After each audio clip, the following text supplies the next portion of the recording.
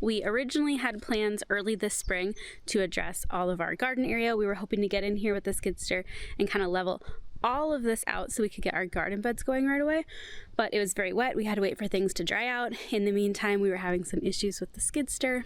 Things happen. So we postponed, and now we are hoping to get back to this fall. So everything in the garden is planted outside here. Most stuff is directly in the clay. Most things don't like the clay, but it was a really fun experiment to kind of see how everything did. Our goal for right now is to get this greenhouse moved and all of these things that are in pots moved, everything that's in the ground. If it's worth moving, we're going to dig them up, get them in pots and move those. And we are going to go from this tall tree and smooth out all of this dirt where it kind of wraps around to the side of the house here. So this whole area is going to kind of get leveled and smoothed out and prepped to start putting in some garden beds. It's a little difficult to see, but we did have a small collapse on the back side of our greenhouse. So right about here, you can see it kind of fell in. We had accidentally bumped the back post and kind of destroyed that support. So when we got a bunch of snow, that was now a weak point. So this whole back half collapsed because of it. No big deal for us though.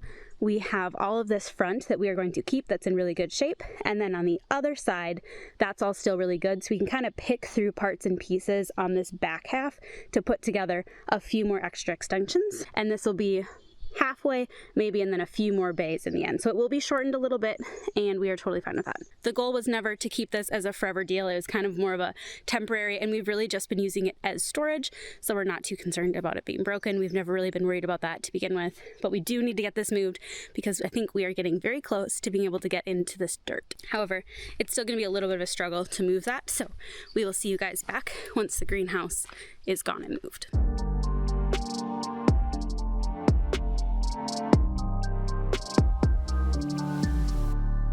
Our Skidsteer parts have finally arrived. We can get to work getting this put back together and then hopefully get a lot of dirt work done before ground freezes and it's too cold to do it. So this is the primary bracket that broke that supported our front two bogies on the track right here.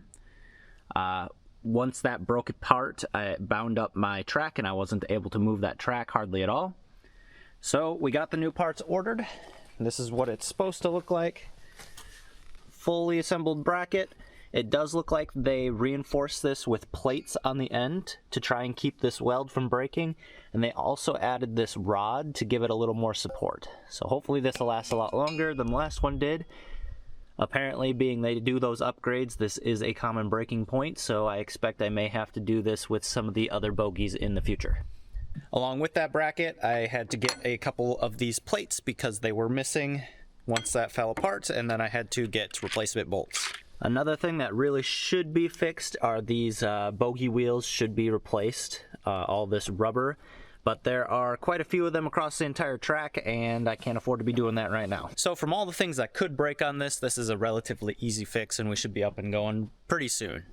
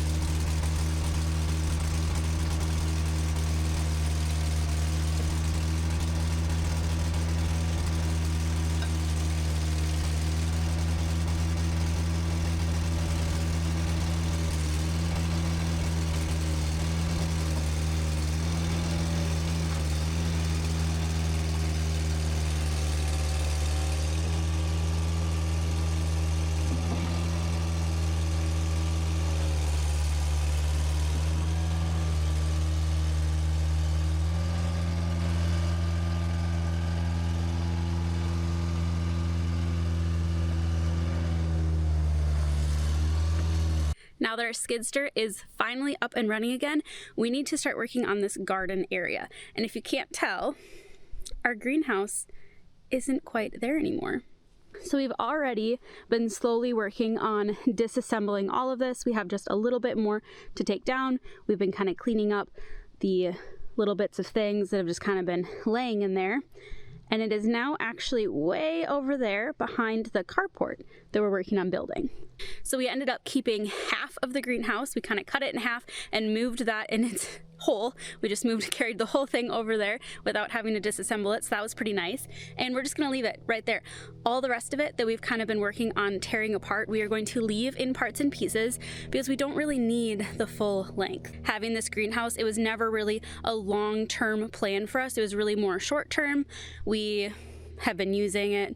We have been able to store a lot of stuff in there without the rain. But again, long term, not really what we're wanting, but it's been useful for the meantime. So we are not at all bummed about having it split in half, and then all the parts and pieces will kind of just probably store back inside of the greenhouse, just kind of keep it all together. But most likely, this will not be used as a greenhouse anymore. We didn't use the greenhouse to plant anything in this year anyway. We decided to put everything just directly outside in the clay. So we do have a lot of kind of like overgrown fireweed and rose bushes and grasses, but ignore that. We have kind of the start of our garden scattered over here, and nothing really did that great. Turns out most things absolutely hate the clay, which is fine. We kind of took it as an experiment. The goal coming into the summer was that we would have the Skidsteer to get this garden area prepped. We'd build some beds, and then all of my starts and stuff we could put in those raised beds, but it kind of quickly turned into the fact that that wasn't going to happen. Oh well. So we decided, you know what, we will just put it in the ground and see what happens and not worry about it. If we get something, great. If we don't, whatever. So for the most part, the garden was a huge failure this year. The peas, on this back trellis especially, those did really good. We were able to snack on peas quite a bit this summer. And then we have some perennial type things in containers. These are mostly just flowers. Those did fine because we potted them up in some decent soil. But everything that's actually touching the clay did not do well at all. We kind of just took this as a giant experiment. We got some things out of it, but really not that much. We're not going to be too bummed. Today's goal, though, before we can get the Skidsteer over here to start digging in all this dirt, most of this stuff, it's just a wash. We're just going to doze right over top of it. But the potatoes, we want to dig those up. So we have 4 rows of potatoes, and as you can see, I already dug up one. Each row we planted about 5 pounds of potatoes. This first row was all red potatoes. They kind of died off pretty early, so all the plants looked pretty dead. They had just a little bit of life left to them, so I thought, you know what, I dug those up last week. I planted them all a little bit later than I would have liked, so you can tell that they're all still pretty early on in growing. They could have done a lot better if they had been in better soil, for one, but also if I gave them a little bit more time. And today we're gonna get all of the other 3 rows of the white potatoes. We're gonna dig those up and see how we did with those.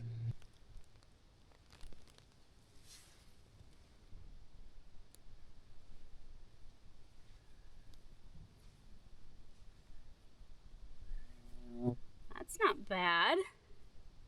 And of course, I am so keeping all of these little ones because we're going to get as much out of this as we can. Well, this one plant only gave us those 2 teeny tiny potatoes, but this is where I'm saying I think we definitely needed a longer season on these, because this is the big old seed potato that I planted, and it is still super, super firm. Like, I could probably bring this inside and eat it. So I think that these definitely needed a bit longer in the ground, but timing wise, we just weren't really, it took us a while to make the decision that, hey, we're not gonna do the raised beds this year, we're just gonna have to push it off, and then kind of just get organized from there on to the point to be able to get these in the ground. So they were a little later, but you know, it's better than nothing. And at the minimum, this one potato we got is almost as big as that seed potato, so we'll see.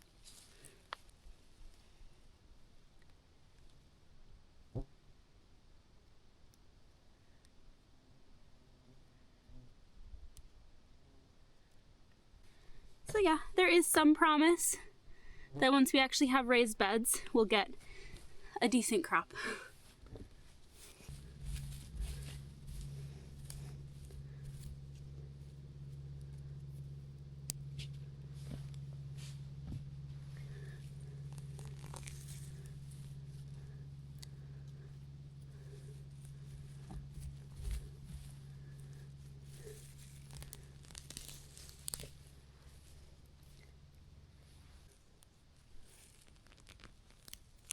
Hey, there's a good little bundle.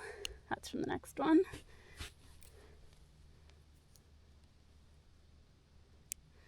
Again, nothing amazing.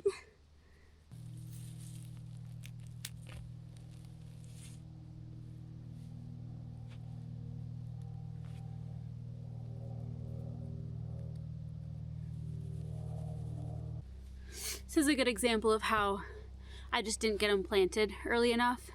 On these roots, if you look along them, you can see little tiny baby potatoes that would have grown up into be big potatoes, but they just weren't in the ground long enough. So, and then alongside that, I probably would have let all of these stay in the ground well into a frost, except for the fact that it's more important for us right now to get this skid steer in here and start working on garden beds than it is to let these potatoes just go a little bit longer. So you pick and you choose, and that's what we're choosing.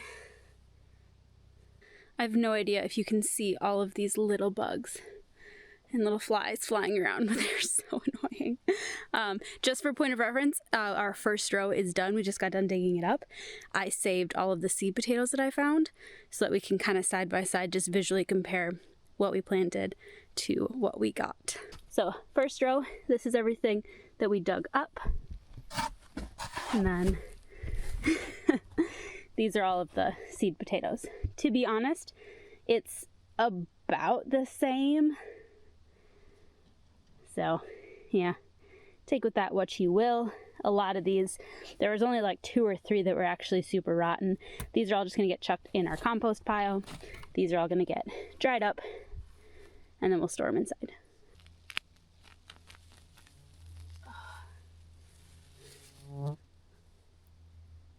Ooh, it's a decent size.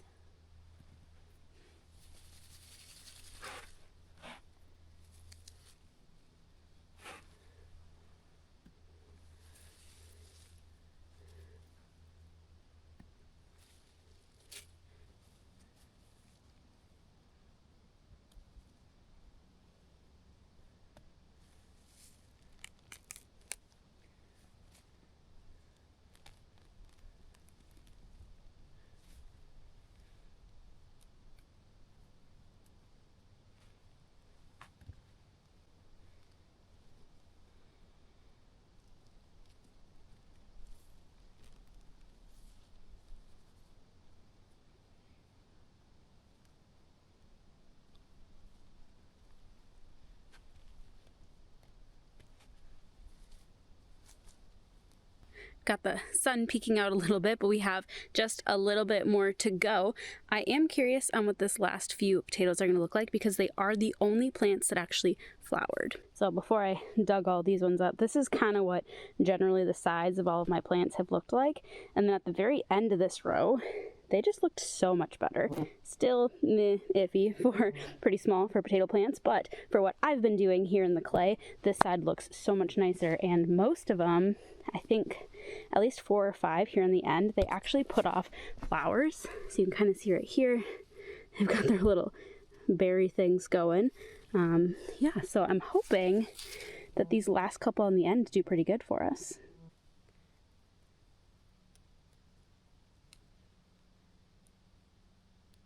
Little ones. Okay. I think the bigger plants and the wetter soil probably both contribute to more potatoes. This one has those berries, so it definitely flowered.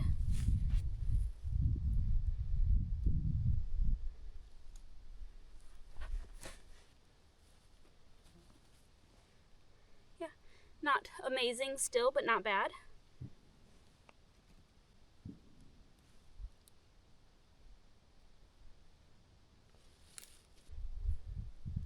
But I really, again, don't expect too much when the most effort I put into all of these was simply just digging a hole and sticking them in the ground.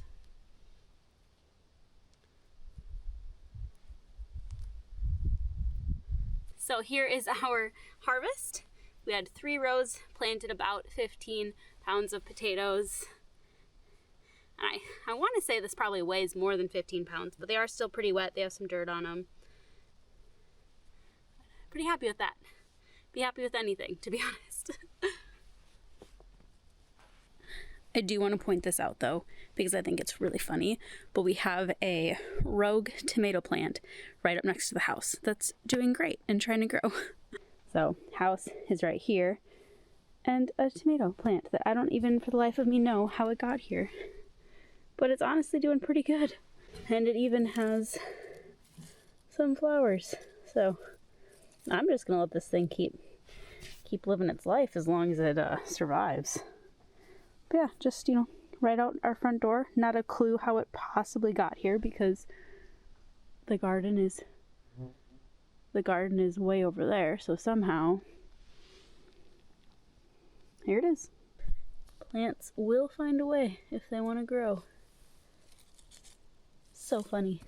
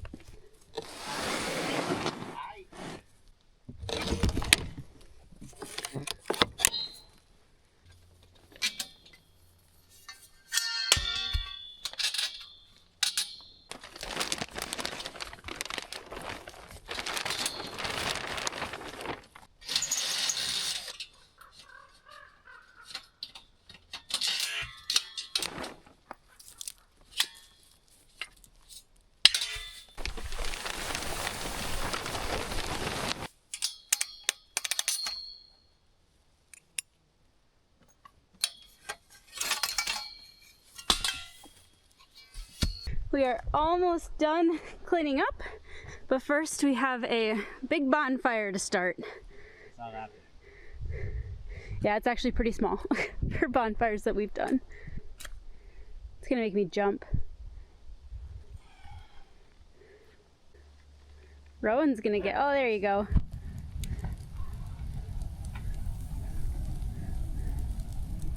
So everything that we wanted to keep, we already dug up out of this garden area. The rest of the greenhouse has been disassembled, and right now we just have a couple random pieces of like scrap wood that was inside the greenhouse to pick up, and that's what we're burning. This greenhouse was the very first structure we ever placed, and this is where we placed it.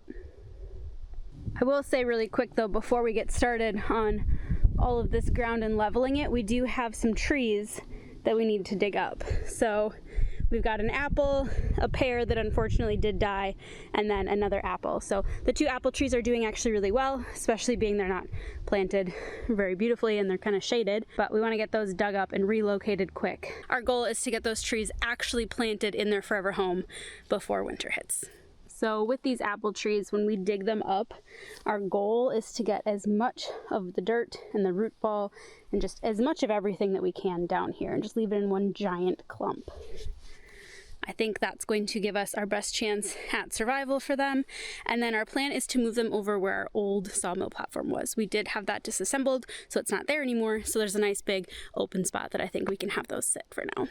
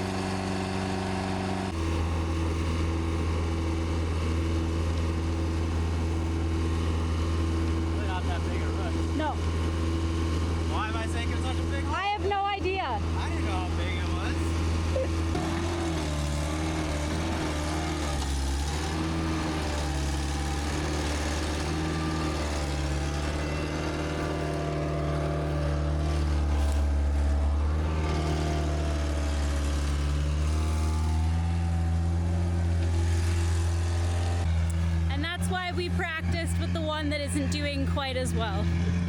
It's also why we're not buying any more trees until we have their spots fully established.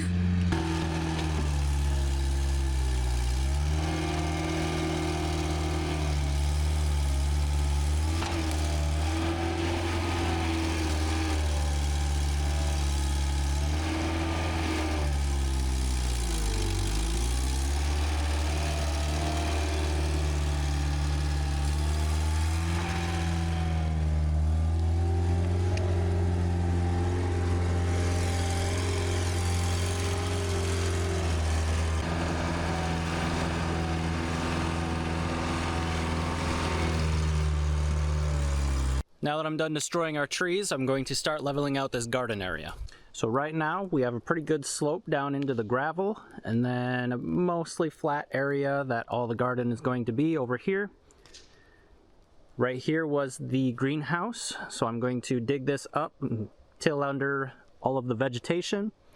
Back there is a pretty low spot, and I'll be able to throw extra clay back there. And my main plan is to get this mostly level and then taper it all the way back towards the woods just slightly, so that all the snow melt in the spring and any rain or anything isn't going into the driveway and flooding the driveway out. It's going to go back into the woods and then be able to dissipate back there.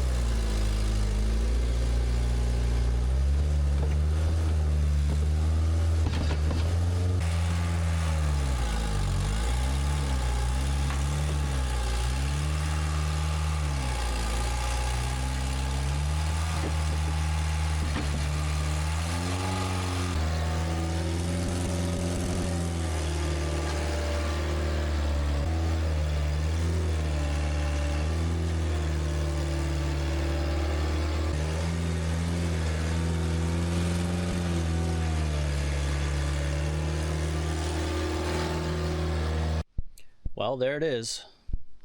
Got it all smoothed out so we can start getting some garden beds in here and get prepped for next year.